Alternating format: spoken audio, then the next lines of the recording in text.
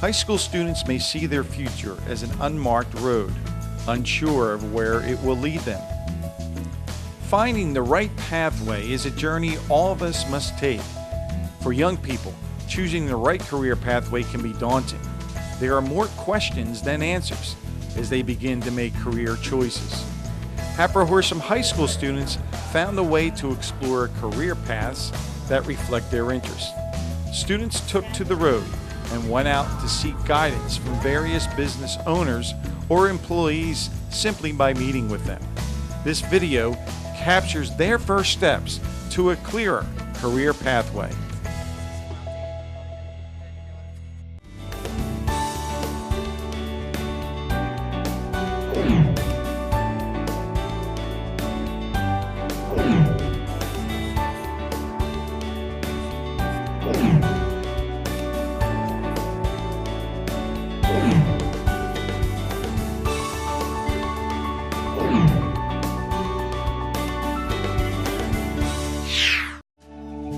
Keep at it. It's really hard to really make it in the industry. I mean, it all depends on what you define as when you reach your own level of success, but keep pushing it and keep going, and you're going to hear a lot of no and get shot down a lot by some buyers, but you just got to keep going because there's going to be somebody somewhere that's going to like what you're doing. Mm-hmm. That's all you need. Yeah.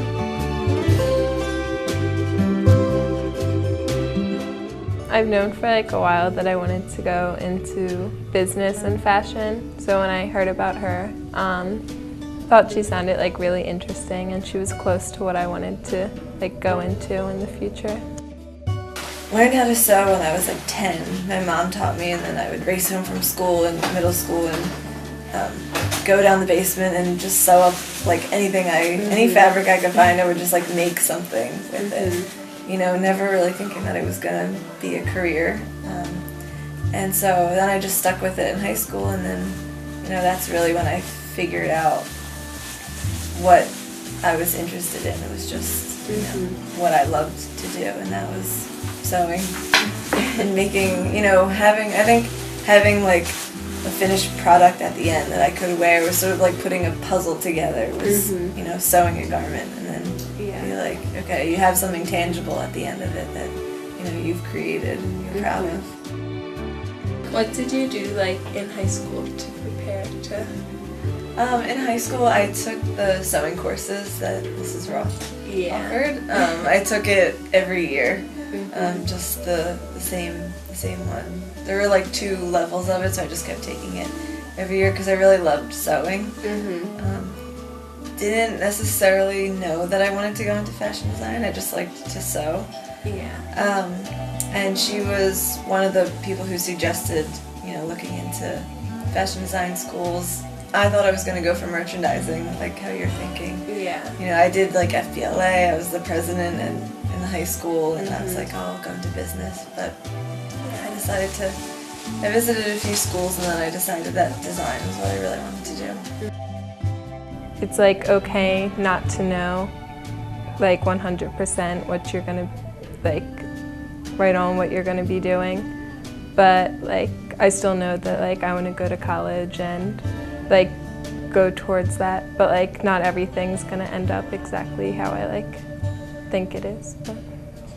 Throughout college, I basically tried to get in, like we have a fashion show at the end of the year, and I tried to always, make sure I got a piece in the fashion show, or, applied for a competition, or, really got advice from the professors to really like get as much information as I could. And it was actually my senior year of college. Last semester I took an accessories course, and we were required to enter this handbag competition in New York. And so, as one of our projects. So I entered the competition. I had to do a handbag inspired by the colors of vitamin water. So I found a scrap of leather at Mood Fabrics in New York, and it had this really cool like metallic painted design on it. It was hot pink, and so I made a bag out of that. I did some sketches and made the handbag, submitted it, not really thinking, I was going to get anywhere, but I ended up winning the category for the student-made handbag. So I got to go to New York, and I went to the awards ceremony and met, these great people, the editor of In Style magazine, and all the winning handbags were in the September 2011 issue of In Style magazine. So from there, I really was like, okay, I want to do this, and I want to have my own company. So I started making and selling leather handbags just out of my house, which I'm still doing right now. She got where she is mostly by taking risk and trying to get her name out there with her accessories and selling online. And it was a lot of hard work and dedication to get where she needs to be now. Sometimes when I would say I'm in school for fashion design, they'd go, oh, that's interesting. And you could tell what they were thinking was what in the world are you going to do with that? So I've definitely heard it. And also starting my company, and I am just out of college, I've heard, you shouldn't do this, you should really go work for 10 years for someone else. And, that might be, great for most people, but that's not what I want to do, and I've never really wanted to. So I just say, oh, okay, thank you for the advice, and then, just continue on with what I'm doing, because if you listen to every single person, you're never going to do what you want to do. Taking risk is important, and even though getting to where you want to be can be a really rough path, it's worth it if you go for it. In one day I could be so excited about doing this, and then scared that I'm not gonna get anywhere, and what am I doing with my life, in the same day. It just happens. And so it's the times when you're at the lowest that you just gotta not think about it and just keep going. When you're the most scared of doing something, I think that's when you know that you really should do it. When you're afraid of taking the next step or applying somewhere, that's when you really should just take the chance. It kind of made me feel more I'm okay with where I am now, with thinking about where I want to be in the future, because when she was in high school, she didn't know for sure that that's where she was going to end up and what she was going to be doing. And that's how I am now. I know what area I want to go into. I was a Girl Scout leader for 13 years, and my girls, we did everything. I think we were one of the only Brownie troops to get every single one of the patches that we could. Took my girls to Mexico, Cuernavaca, to the one of the Worldwide Girl Scout centers, and I always tell them, you could do whatever you want in this life. You can do whatever you want. You have one life, and you have to live it.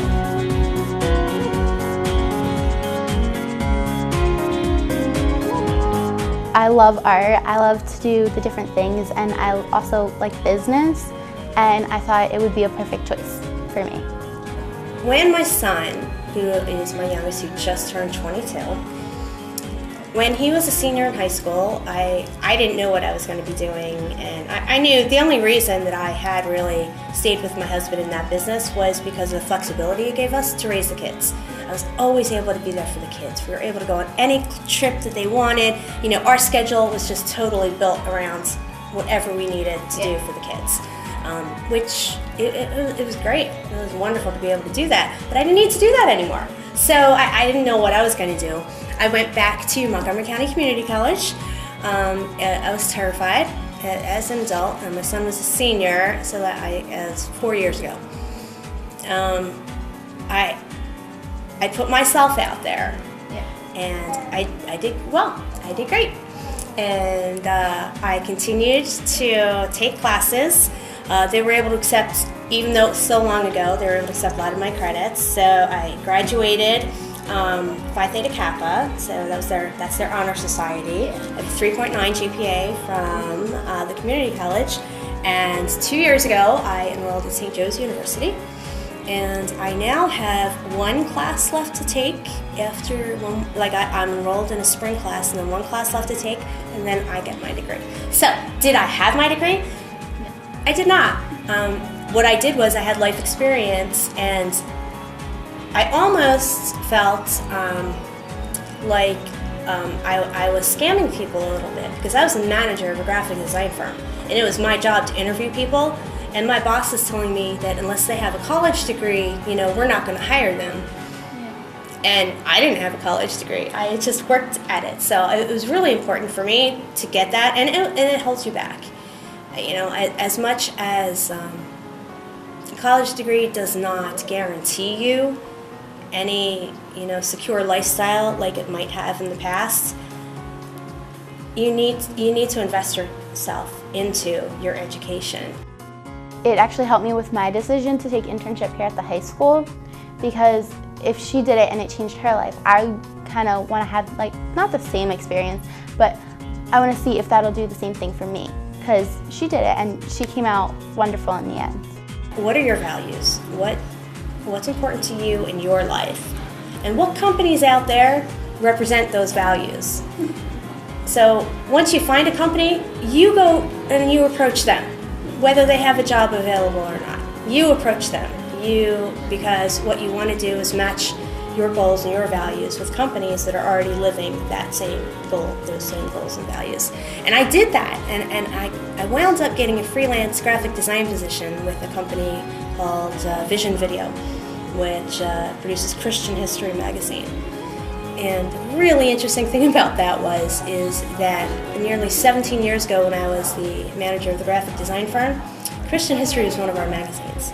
And I did not know when I approached this company, Vision Video, that they had anything to do with Christian history.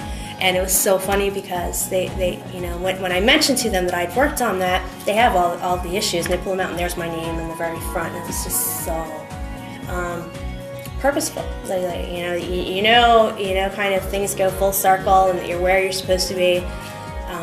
I started a small graphic design firm myself, and for about 1.5 years while I was putting myself through school, I had different clients like Vision Video, and it was the money that I made from that enabled me to open this.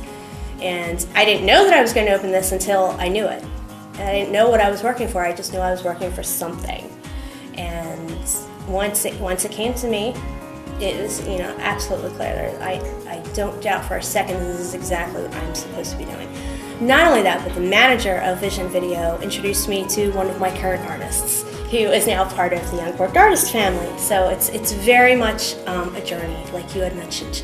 And you don't know, it's just, I could have not put the effort in and not done the work that class required. I could have faked it. I could have just written those papers and done those things, but I didn't. And I really put myself into what they were asking me to do. And it altered the course of my life. I was very inspired by her story, because it's always something that I thought would probably end up happening to me. I would probably end up doing the same thing. So it was nice to see someone get through it, and they're better at, they come out better in the end. When the seed was planted for me to open a studio here, it was more than a seed. It was like an explosion. I couldn't sleep that first night when it finally occurred to me that I can do this, and I'm going to do this. And I can remember, I think I jumped out of bed at least 12 different times, ran to my computer, because my first thing was I have to get a URL that nobody else has. I have to find a name that nobody else is going to have. And every time I was like, oh no, it's already taken. Oh, it's already taken. And then I got up and I found the Uncorked Artist. It was like 3 a.m. in the morning, and I registered Uncorked Artist and the Uncorked Artist. I'm like, okay, I am the Uncorked Artist. That's who I am. And that was just. Obviously life altering, but yes, more than a passion even, it was almost, and I don't mean to say that in a way that's, not, but it's almost like birthing. It's just this idea that it was just inside, it was all consuming, it totally, every part of me. It just kind of inspired me that she's not just looking for a certain quota, and it's not just going to be right there out for you to get. You have to actually think about it and work for it. If you're going to go to college and you're going to use all that money, make sure that you're going for something that you really truly love. Don't go just because somebody tells you, yeah.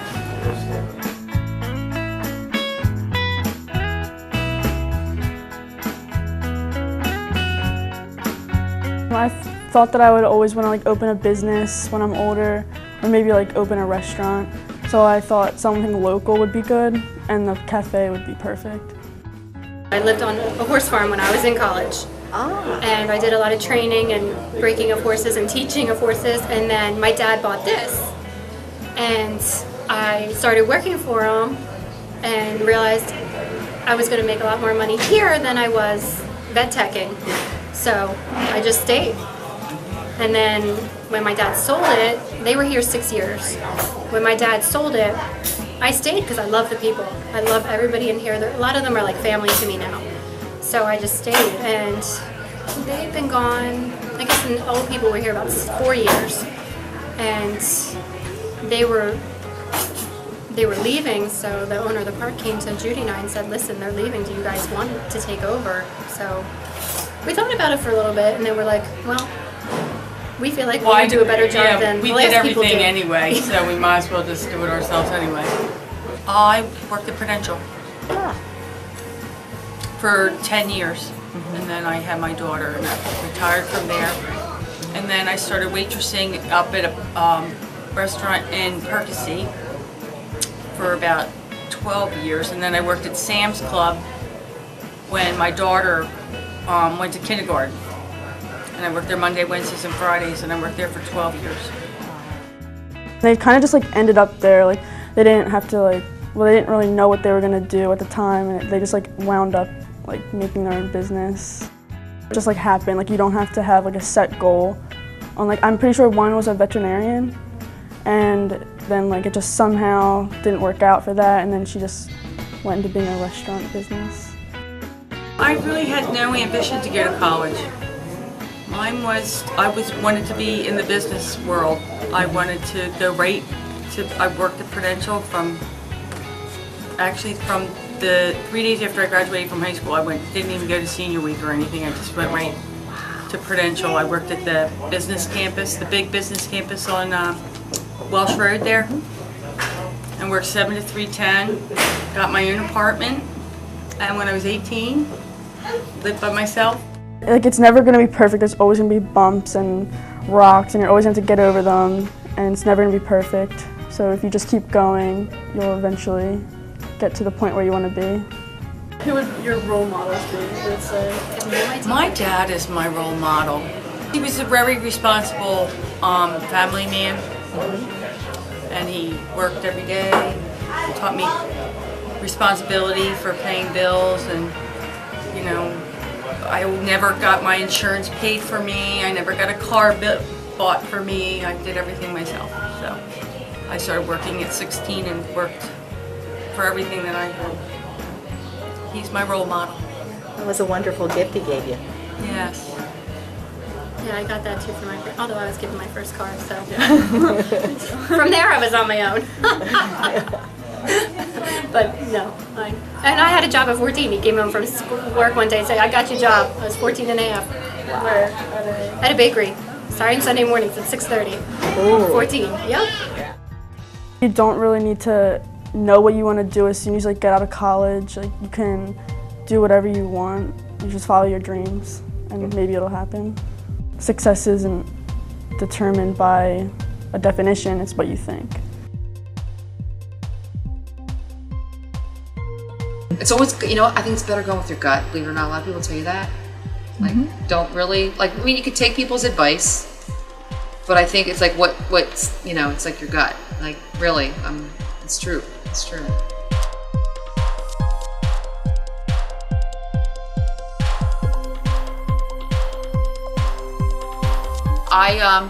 I was in banking. And I always wanted to have my own business. I came from a family where my father had his own business, my grandfather had his own business. I just didn't know what I wanted to do. I have a degree in business. I have a degree in business management with a minor in marketing. I thought I wanted to go into banking, so that's what I did initially. I went into banking. And then I went into commercial lending, and I started meeting all these people that had their own businesses. I thought, how cool is that? My parents had their own business, my grandfather. I thought, you know, I really would like to have my own business. I just don't know what. Well, then I got married, and the man I was married to his uncle had a sporting goods business, and they needed somebody to do this type of thing. And he knew that it's something you could do on your own, you could do it as a hobby, you could do it as a business, you could do it at home and still raise your kids and have them at home. So actually that's what I did. I started out in my house, in a bedroom, smaller room than this, because I had one machine. And they were my exclusive customer, and now they're my biggest customer. They've grown. That company's grown really, really large.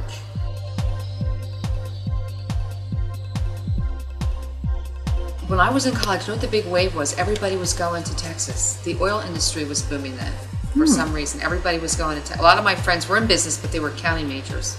And a lot of people wanted me to go with them to Texas. But I didn't want to go to Texas, and I don't know why.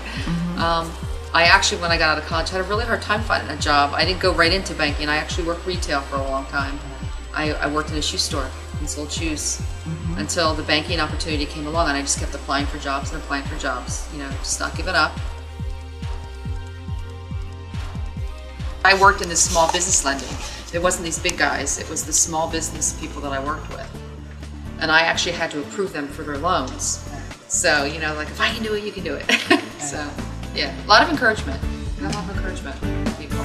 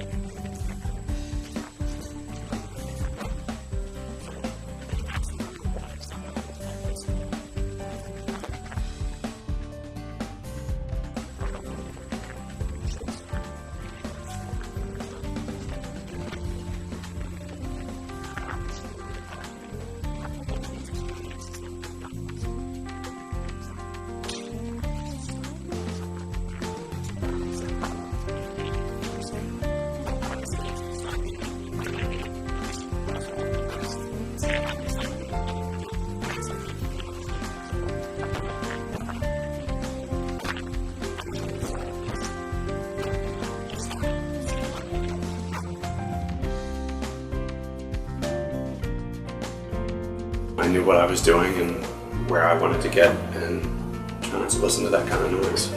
If you know what you want to do and you put everything into it, that's the right path.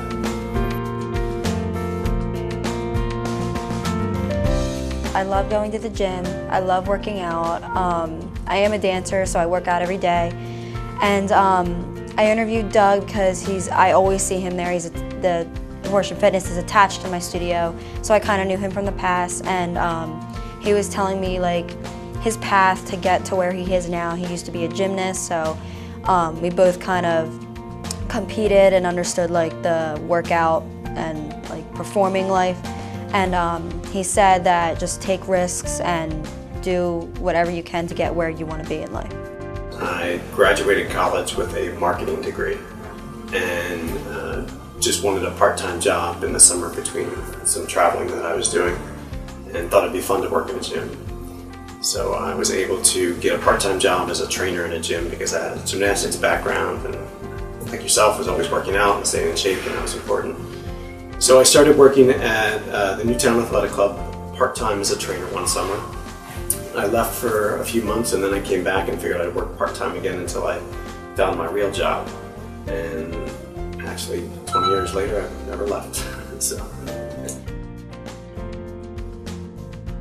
my role now is I'm the general manager of this club. I pretty much oversee all of the operations of the club, the day-to-day operations, and they range from HR, dealing with employees, hiring, training, marketing, running the business as far as the finances, cashing the checks and those type of things. Was there anyone that you looked up to? Yeah, I actually had quite a few people over the course of my life that really kind of impacted my career path and like how I went about my day-to-day with jobs. One was my assistant coach in college. It's just a great guy that I looked up to. He had an excellent work ethic and put everything into whatever it was that he was doing, and learned from him the importance of taking responsibility for yourself and doing the best job regardless of what job that was. Take pride in yourself and how you look and how you act on your job. And the other important person that kind of played a role outside of my family is the gentleman that owns the Newtown Athletic Club, Jim Worthington. Just learned a great deal from him in how to run a business and how to look at all aspects and manage people as well as situations. High school, college students, there's a lot going on and there's a lot of decisions to be made. So I look to that age group and just try and guide them if I can, provide them insight from my 20 years of working in the industry and more than 20 years of life experience, and just try and broaden their knowledge. A lot of the time students, their knowledge base is based on the friends that they have in their family, and there's so much more out there in the world. So the more input and the more experience you have, the better your chances are of grabbing everything that life has. I've worked with hundreds of high school and college students, and the one thing that I tell every single one of them is to travel. And anytime you have the opportunity to travel outside of your state or your county, do so. I was fortunate enough to travel around the world and saw many small towns and big cities in the country, and that provided me so much more value than a couple of semesters in college, just because of the people that you meet, the things that you see that you have no experience seeing up until then. So the most important thing I can recommend for anybody is to travel. Get out and see the world and experience it. Find something that you're passionate about and put everything you can into it. And that's one thing that I've learned, I think I've carried from my gymnastics career. As I said, I practiced 5-6 hours a day, 5-6 days a week, all year. So there's a lot of time. So I put everything I had into that. And then I found that I was fortunate enough to find a job that I had that same passion, and now there's 5-6 hours a day, or 12-15 hours a day, and it's not work, it's fun.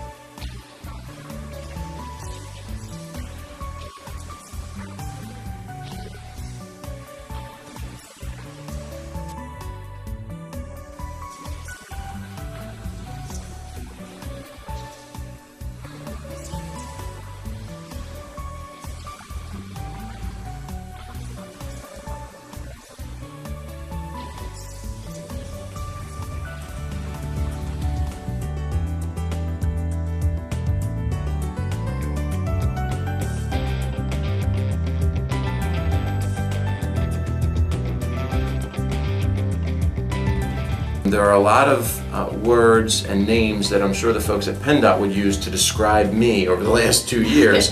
I prefer the word persistent, and the administrator actually laughed, and he said, that's for sure, Representative Stevens. Persistent is definitely a word that would describe how you've been over the last 2 years. So, when I look back on it, it really, that moment sort of stood out for me, and it made me recognize that persistence really is the key.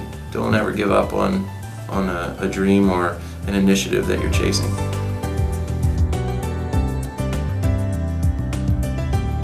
I was always interested in politics, and he was someone local, so I wouldn't have to travel a great distance to get his opinions and just ask him about what it's like, because I was considering possibly going into that as a career, so I would want to know what I'm getting myself into before I actually go to college for it. Well, I was right out of Shippensburg University. I was selling insurance for Mutual of Omaha for a couple of months. Most people don't know that. I really didn't know what I wanted to do. In high school, I was always interested in the law and always interested in politics, but I never really spent time learning, kind of like you are, okay, well, what does it take? What do you need to do? What's it going to take to get this done? And even then, I was interested in the law. Well, the law is pretty broad. You can write wills, or you can try murder cases, or you can sue big corporations, or you can defend big corporations, or you can do real estate. I mean, there's a million different avenues in the law. And I had no clue, in what direction I wanted to move. I would say that there really isn't a direct road, but I think it's important to at least have an idea of the direction you want to go in, even if you go into college, you have a major, but then it changes a few months in.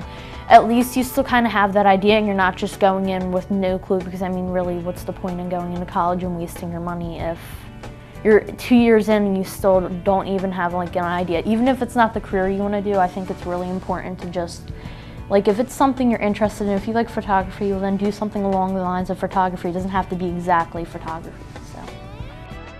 I first sought this position in the State House of Representatives in 1994, and I came up short.